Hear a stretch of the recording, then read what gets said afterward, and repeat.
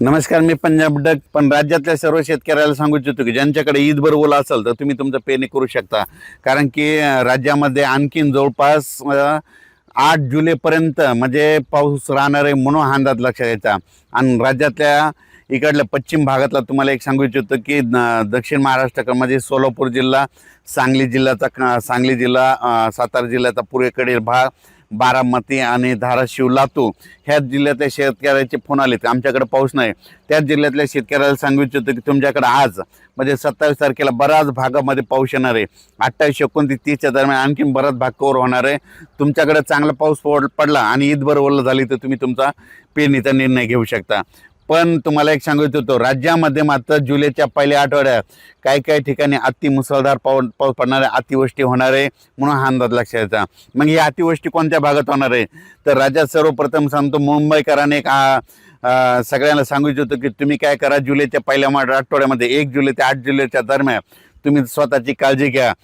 कारण की मुंबई, नाशिक, पुणे, त्याच्यानंतर अकोले, संगमनेर ह्या पट्ट्यामध्ये काय होणार आहे म्हणजे जवळपास 1 जुलै ते 8 जुलैच्या दरम्यान काही काही भागामध्ये अतिवृष्टी होणार आहे म्हणून हा अंदाज लक्षात घ्यायचा.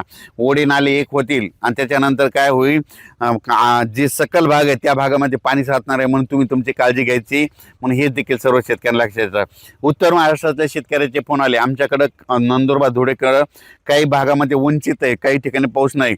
उत्तर महाराष्ट्रातल्या शेतकऱ्याला सांगू इच्छितो, नाशिक भागाचे ते उत्तर महाराष्ट्राकडे गेलेला त्या पट्ट्यातल्या शेतकऱ्याला सांगतो, काही ज्या भागामध्ये पाऊस नाही आला तुमच्याकडं मात्र 1 जुलै ते 8 जुलैच्या दरम्यान उत्तर महाराष्ट्रामध्ये नंदुरबार जिल्हा झालं, धुळे जिल्हा झालं, नाशिक जिल्हा झालं, मालेगाव ह्या पट्ट्यामध्ये चांगला जोराचा पाऊस पडणार आहे.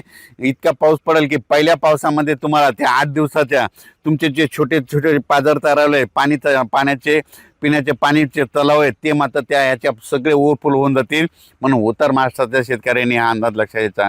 म्हणजे उत्तर महाराष्ट्राला पाऊस उशिरा येणार आहे पण चांगलाच पडून जाणार आहे म्हणून त्यांच्यासाठी देखील आनंदाची बातमी. त्याच्यानंतर मालेगाव तालुका, नाशिक जिल्ह्यातला मालेगाव, त्याच्यानंतर निपाड, येवला, वैजापूर, गंगापूर, शिर्डी, राहता, कोपरगाव, त्याच्यानंतर संभाजीनगरचा फुलंब्री ह्या पट्ट्यातल्या शेतकऱ्याला सांगू इच्छितो की तुमच्याकडे देखील म्हणजे 1 जुलै ते 8 जुलैच्या दरम्यान काही ठिकाणी अतिमुसळधार पाऊस पडणार आहे म्हणून हा अंदाज तुम्ही ते देखील लक्षात घ्यायचा.